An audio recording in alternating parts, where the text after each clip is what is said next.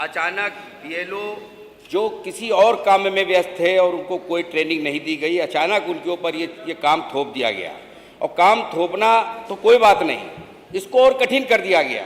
जिस आधार कार्ड से पासपोर्ट बन जाता है, जिस आधार कार्ड से पैन कार्ड बन जाता है, जिस आधार कार्ड से सारी चीज़ बन जाती है, एसआईआर में उस आधार कार्ड को अमान्य घोषित कर दिया। यानी कि बीएलओ के साथ ये कौन सा दुर्व्यवहार किया गया।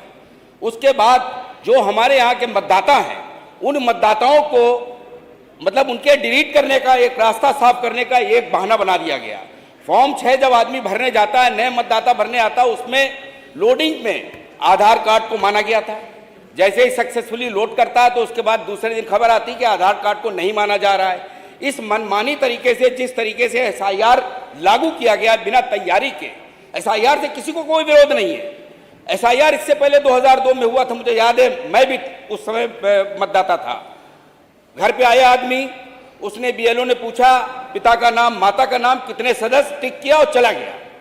अब आपने एनआरसी के डर को बढ़ाते हुए कि एनआरसी, चूंकि एनआरसी का मिनी एसआईआर है, चूंकि एनआरसी में जो पेपर मांगे जाएंगे वो एसआईआर के माध्यम से पहले ही से आप पेपर मांगे ले रही हैं। मतदाता अपने मतदान को कैसे मतदान करेगा जब एसआईआर के माध्यम से उसके वोट काट दिए जाएंगे। एक मतदाता का एक मकान था, उसने मकान किराएदार था, उसने तीसरे मकान में जाके शिफ्ट हो गया। बीएलओ आया, बीएलओ ने पूछा कि तुम्हारा मकान बदल गया, इसलिए तुम्हारा नाम मैं काट दूंगा। उसी विधानसभा का, उसी वार्ड का, उसी ब्लॉक का।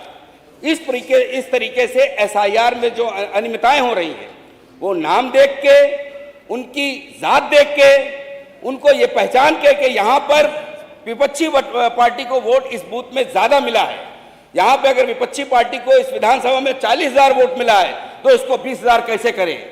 बाकायदा हमारे संपर्क में बीएलओ है, बीएलओ से कहा जाता है कि अगर आपका डिजिटलाइजेशन कमजोर हो गया भाजपा की वोटिंग में तो आपकी नौकरी पे खतरा है। ये सब सोचकर 10 बीएलओ ने अपनी जान की आहुति दे दी।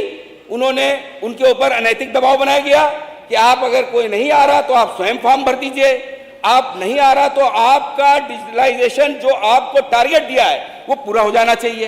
तो इसलिए ये एसआईआर बाकायदा विपक्षियों को कमजोर करने का एक टूल बन गया है। हम आपके माध्यम से ये कहना चाहते हैं कि जिस आधार कार्ड से जब हमारी नागरिकता के सारे प्रमाण होते हैं तो एसआईआर का प्रमाण क्यों नहीं होता उसमें। आप बताइए, पासपोर्ट बन जाता है, हम विदेश घूम जाते हैं, हम अपने देश के मतदान को करने के लिए एसआईआर में हम अपने आधार कार्ड को अनवैलिड मान रहे हैं, जिसमें रेटिना का भी, जिसमें आंतों का भी, जिसमें सब चीज का। अगर कोई अपराधी भाग जाए, उसके नाम से कोई दूसरा खड़ा हो जाए तो हो ही नहीं सकता।